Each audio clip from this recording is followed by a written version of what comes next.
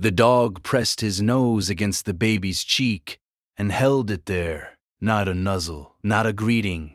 Something deliberate and specific, the way a doctor presses a stethoscope to a specific point on a chest wall. Thomas watched it happen 3 times before he moved the dog away. On the 4th time, he let it continue. He stood in the doorway of the nursery and watched his golden retriever hold his nose against his daughter's face for 40 seconds. The baby stirred, but didn't wake. The dog's breathing was steady. His tail didn't move. "What are you doing?" Thomas said. The dog didn't answer. He took one more long, slow breath of the air around the baby's face, and then lifted his head and looked at Thomas with an expression that Thomas would later describe inadequately as informed. He was not a man who trusted inadequate descriptions. He was an engineer. He liked mechanisms he could trace. He could not trace this mechanism. He called his wife, who was at her mother's for the weekend, and described what he was seeing. She told him to call the pediatrician's after-hours line. He told her he didn't know what he would say. "Say the dog keeps putting his nose against the baby's face and won't stop," she said. "Say it exactly like that." The nurse on the after-hours line asked him 3 questions. The 3rd question was about the baby's behavior over the past 48 hours. Sleeping patterns, feeding patterns, general responsiveness. He answered each question and then waited while the line was quiet for longer than seemed necessary. "Mr. Halverson," the nurse said, "I want you to check something for me. I want you to look at the soft spot on the top of your daughter's head, the fontanelle, and tell me if it looks flat, sunken, or raised." He checked. He told her. He was in the car with the baby 11 minutes later. The pediatric emergency physician explained, while the IV line was being placed, that elevated intracranial pressure could produce subtle changes in breath chemistry that might be detectable before any visible symptom presented. The fontanelle change Thomas had noticed was already visible. That was the physical sign they'd been watching for. But something had been detectable before the physical sign. The dog had been reading it. The olfactory detection hypothesis for neurological pressure events is documented, but not widely known, the physician said. Dogs have been reported to alert to these events in research contexts. Your dog's behavior is consistent with what that literature describes. Thomas drove home at 6 a.m, after the treatment had begun and the trajectory had shifted toward stable. He sat down on the kitchen floor. The dog came and sat beside him. Thomas put his hand on the dog's head and held it there. The same deliberate steadiness the dog had held at the baby's cheek. "How did you know?" he said.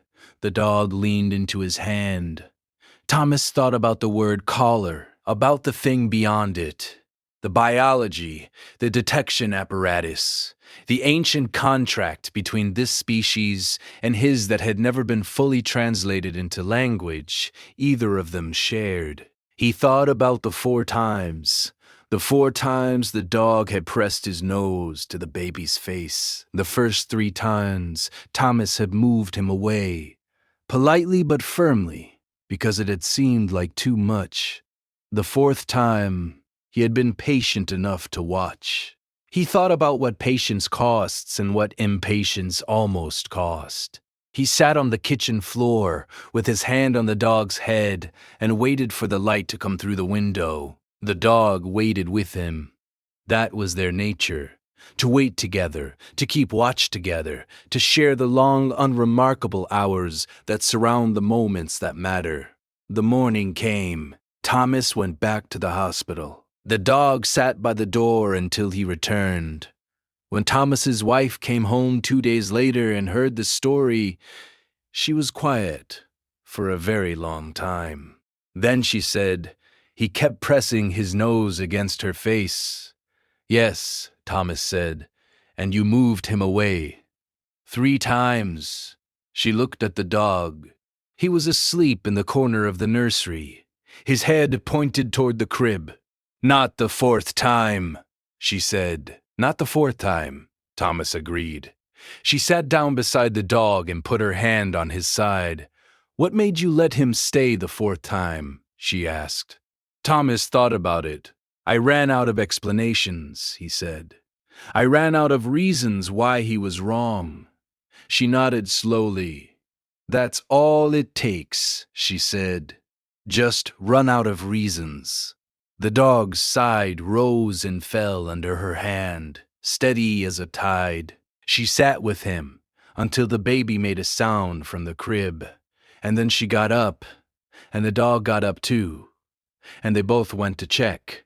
The family processed it in stages. First, the immediate relief of knowing, of having information where before there had been unease and explanation, and the particular discomfort of watching an animal do something unexplained. Second, the retrospective, the looking back through the days of behavior and reassigning meaning. This moment was not play, it was alert. This moment was not territorial, it was navigation. The rereading happened over dinner, over the drive home from the clinic, in the quiet of the nights that followed. Third, the question that did not have an answer, and that they found they did not need answered. How long had the retriever known? Not known, detected, responded to, done the thing.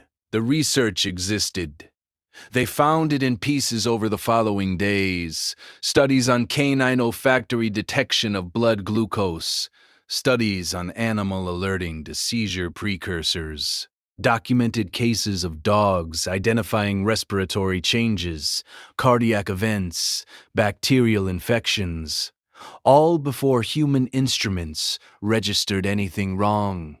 The mechanism in each case was the same: chemical compounds that shift when physiology changes, compounds that exist in breath and skin, and the microscopic chemistry of a body doing something different than its normal operating state.